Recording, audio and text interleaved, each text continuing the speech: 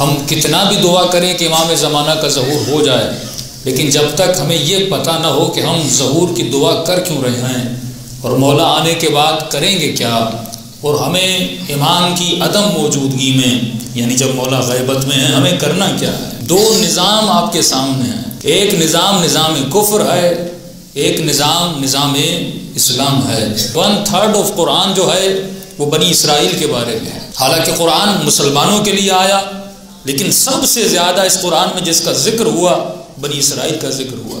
سورہ بقرہ اٹھائیں، آل عمران اٹھائیں، سورہ یوسف اٹھائیں، تمام تر عذابوں کو پڑھیں گے، قوم عاد کو پڑھیں، قوم سمود کو پڑھیں، جناب نوح کے واقعے کو پڑھیں، قوم لوط کو پڑھیں، تو سوال تو پیدا ہونا چاہیے کہ پروردگارا یہ قرآن آیا مسلمانوں کے لیے، لیکن جس قوم کا سب سے زیادہ ذکر کیا جا رہا ہے وہ بنی اسرائیل کا ذکر کیوں کیا جا رہا ہے؟ کیونکہ رسول خدا کا فرمان ہے نعل بالنعل، وہ چیزیں جو بنی اسرائیل پر، وہ عذاب جو بنی اسرائیل پر آئے، وہ نافرمانیاں جو بنی اسرائیل نے کی، وہی کام نعل بالنعل، وہ سارے کام ریپیٹ ہوں گے امت مسلمان میں۔ انہوں نے حضرت عیسیٰ کا انکار کیا جو موسیٰ کا پہلا جانشین ہے، اس امت نے علی ابن ابی طالب کی ولایت کا انکار کیا۔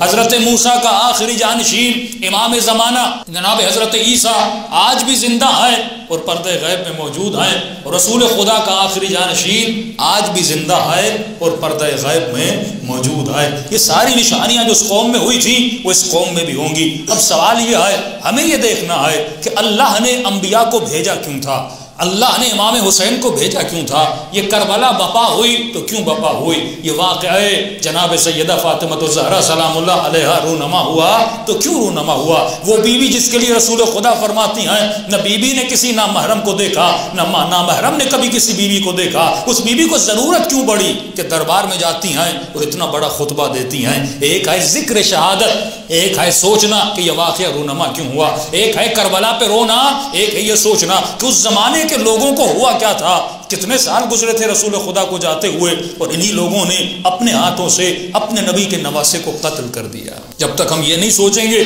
تب تک کسی منطقی انجام تک ہم نہیں پہنچ سکتے۔ تو پہلی چیز جو آپ کے ذہنوں میں آنی چاہیے وہ یہ ہے کہ حکومت امام زمانہ کا مقصد کیا ہے، انبیاء الہی کو بھیجنے کا مقصد کیا ہے، پھر سمجھ میں آئے گا کہ میری خلقت کا مقصد کیا ہے۔ اللہ کا ایک ہی مقصد تھا، اس کائنات میں حکومت الہی کو قائم کیا جائے۔ وہ بنی اسرائیل جنہوں نے اتنے معجزے دیکھے لیکن کتنی اذیتیں دیں جناب حضرت موسیٰ کو، تفصیل میں جانا نہیں چاہتا، تفاسیر کی کتابیں بھری ہوئی ہیں، تقریباً 11 معجزے حضرت موسیٰ نے دکھائے، لیکن اس کے بعد بھی یہ قوم نافرمانی کی طرف چلی گئی۔ جو نعمتیں خدا نے بنی اسرائیل کے اوپر نازل کی کسی امت کے اوپر نازل نہیں کی، من و سلوہ کو نازل کیا گیا، لیکن یہ ناشکری قوم نے حضرت موسیٰ کا ساتھ نہ دیا۔ حکومت الہی کو قائم کرنا تھا۔ کچھ علماء 1 لاکھ سے 6 لاکھ تک کہتے ہیں ان لوگوں کو ہجرت کروائی، اے خدا تو ان قوموں کو ہجرت کیوں کروا رہا ہے، یہ اذیتیں دے رہے ہیں، پھر بھی حضرت موسیٰ ان کو لے جا رہے ہیں، کیونکہ ایک مقصد تھا، ایک ایسی قوم کو جمع کیا جائے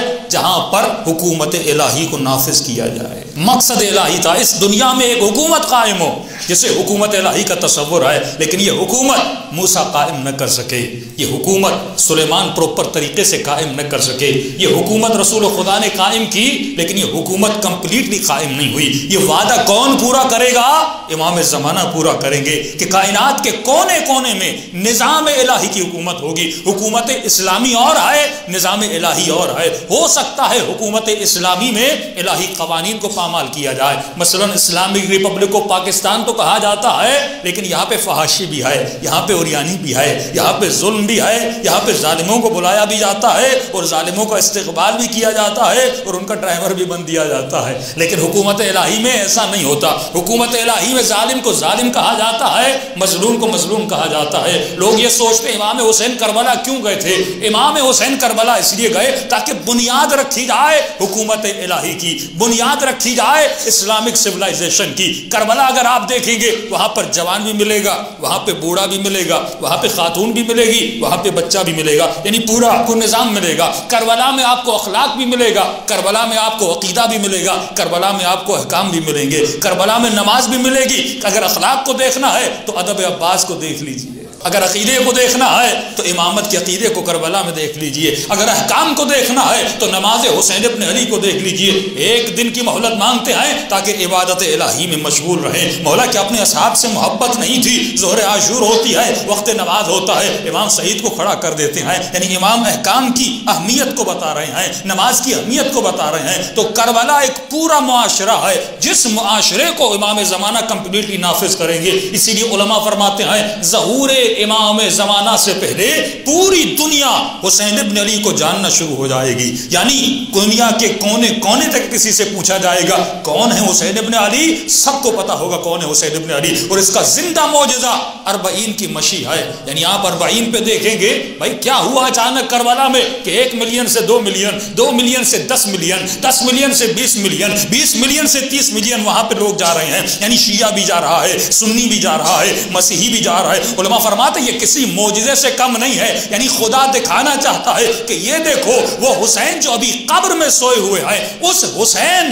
شہید کے لیے پوری دنیا جا رہی ہے، یعنی 30 ملین لوگ اس کی شہادت کے پیچھے جا رہے ہیں۔ تو تصور کرو جب اسی حسین کے بیٹے کا ظہور ہوگا اور جب وہ آواز دے گا تو پوری کائنات اس کی آواز کی طرف جائے۔